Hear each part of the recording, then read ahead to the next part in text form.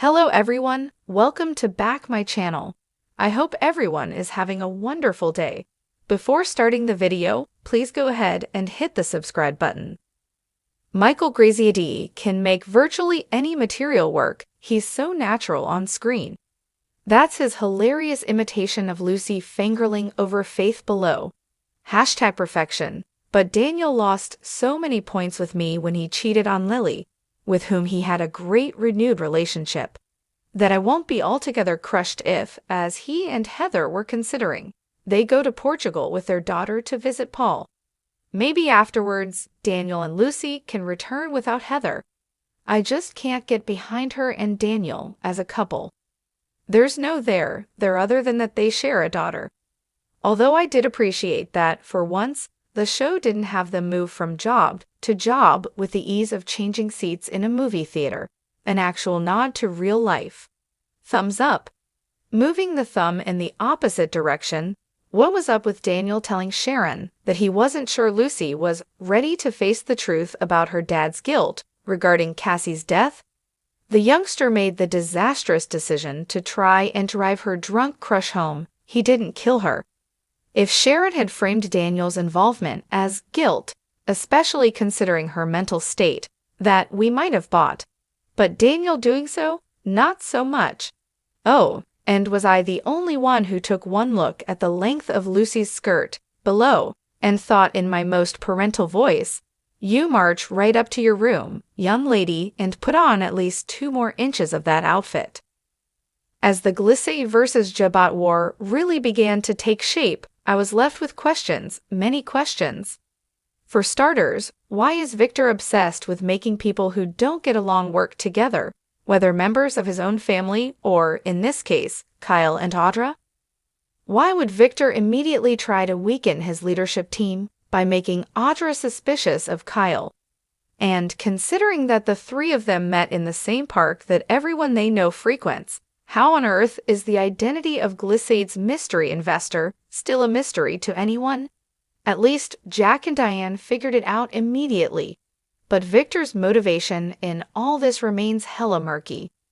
He bought a cosmetics company to put Jabot out of business and hired Jack's son to run it, thereby rubbing salt in the wound, and all because he's mad that Jack tried to help get Nikki sober. A thank you note might have been more appropriate. On top of that, Victor's admission to Adam that he is Glissade's mystery investor, shocker, and that his intention is to use Newman Media to pump up the new company and squash Jabot rang, oddly pathetic. It was if Dad was telling Adam, if you two work hard enough at it, you can hold onto ancient petty grudges and demonstrate zero growth over years and years, decades even, #life goals. At least Kyle's showdowns with his parents crackled with energy. He's an entitled, insufferable brat, and the show already has one of those. But the scenes were straight up fire. Michael Mueller even reached a level of intensity that reminded me of Peter Bergman. Jack's face-off with Victor was fun too, right down to the mustache bellowing that what his archenemy was experiencing was the consequences of his being a bad father. Of course, Victor, who was once sued by his children and has never managed to forge a lasting bond with Adam, would be so self-unaware as to make such an accusation. You need to calm down. That's what I wanted to tell Summer during her endless rants about Kyle moving himself and Harrison out of the Abbott mansion. The way she was going on, you'd have sworn her ex was talking about taking their kid to some war-torn hellhole, not a penthouse 3 blocks away.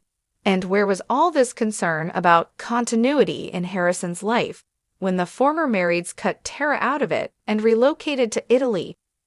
On the plus side, it was a smart use of history to have Daniel remind his sister that custody battles leave scars, and it took a long time for his relationship with Phyllis to heal after hers with Danny. Also loved that he called Summer on how very mom-like her over-the-top battle cry sounded. Thursday's episode invited us to an endless business meeting between Lily and Davin that were this real life we'd have doodled and texted through. I get that she's indebted to Jill, but more so than to Neil. Huh? Also, I suppose that we can consider the Lily/Billy Reed team-up a sign of things to come.